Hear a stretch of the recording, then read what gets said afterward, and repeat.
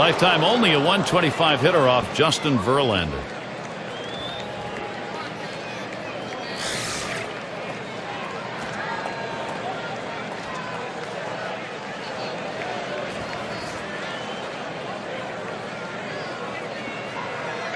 The first pitch.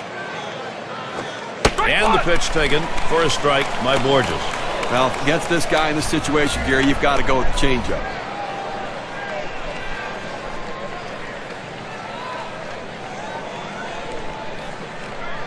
Now Avila sets up. Swings, hits this one pretty well. Deep right center. Bosch is there.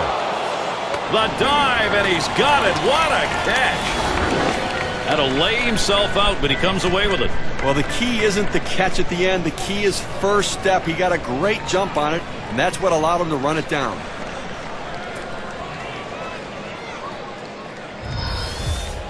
So with one away, it'll be Eric Ibar.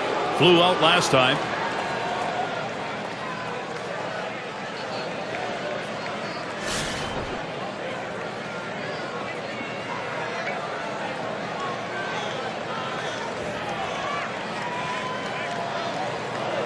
Here's the first pitch.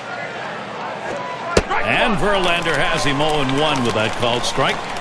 Verlander just oozing confidence right now out there. I tell you, the consistency is starting to show. He believes. How's he been getting strikes? Let's take a look at his approach today.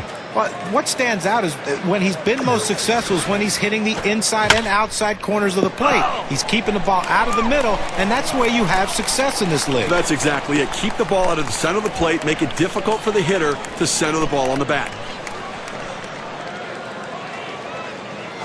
Fastball got him 2 down. You've got to have better plate discipline than that. With 2 strikes, you need to be defensive and try to make contact. But when you get a fastball, you need to read whether it's a strike or not.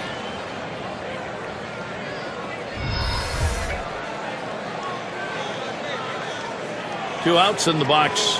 Bobby Abreu. He's got a .292 average when going up against Justin Verlander.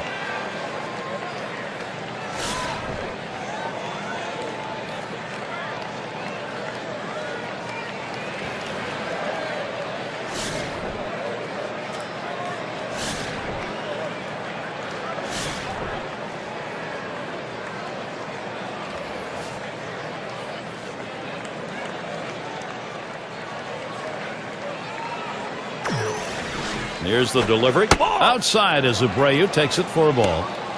How's he using the strike zone to his advantage?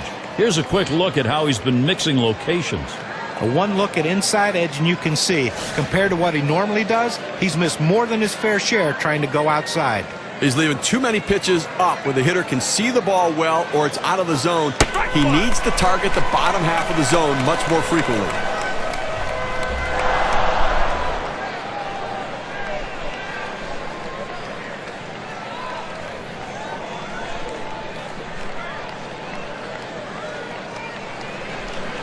One pitch.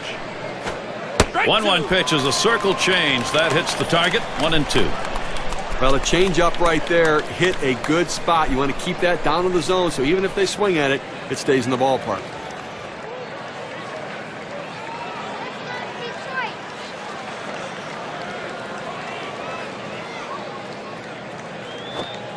Bobby Abreu is struck out. A big swing and a miss.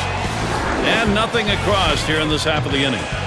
The Angels 2, Detroit 1. Bottom 3 due up next. Sun shining here at Comerica Park here in Detroit, and a great view of the city from this yard. And it's Johnny Peralta in the box now. There's a strike from Wilson, taking the count to 0-1. Steve, let's take a look at his pitching performance. You know, you change the hitter's eye level, you move the ball around, and he just cannot catch up to that high pitch. And they're just underneath everything here. You get a lot of fly ball outs.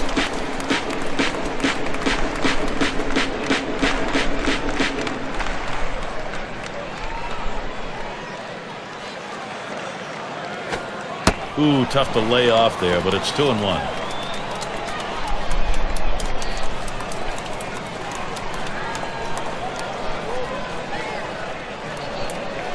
2-1 pitch. Now Peralta, the 3-1 count.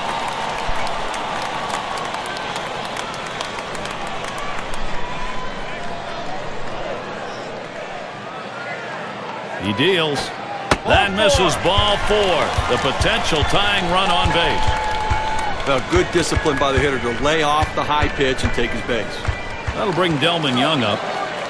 Well, Delman Young has the skill and athleticism to be a superstar. And once he puts it all together, you're going to see him reach that status. He had already driven in 100 runs in his career. I think he has the ability to be a 30-homer guy also. Gary, that walk right there is the tying run in this game. That's not how you want to make the opposition do it. Make them earn it. On the way. Swing and a miss and a ball inside for strike 1. Stevie knows he's really got to pitch now. He's put himself in a situation where he's really brought pressure on himself. These are the type of innings you get really big on you right here. It's about damage control. I know you put the tying run on, but you've got to bear down right here.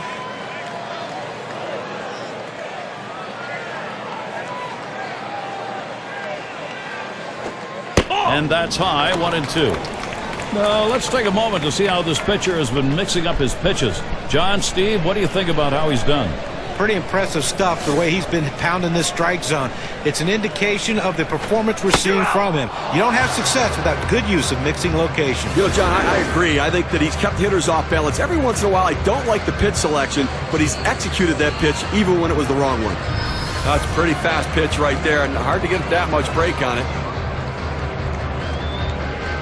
It's Rayburn at the plate. But with the way he's come alive after the break the last few years, Ryan Rayburn is making a name for himself as a second-half hitter. He always plays well after the All-Star break. Peralta's on at first base. Now the first pitch. He watches Wilson's pitch go by. It is interesting, John, that Rayburn's numbers career post-All-Star game are very good, but it's the front half of the year that gets to him. Yeah, and that's the thing that Jim Leyland hopes to get out of him in 2012 is that consistent full season. Fortunately for him and his teammates, the playoffs are after the All-Star break, and he was solid for the Tigers last year in October with a couple home runs in the ALCS. Hit sharply towards the hole. Gets one at second, and that's 2. A double play. No runs, no hits, nobody crossed the plate in this half inning, and nobody left on base. The Angels still enjoying this lead.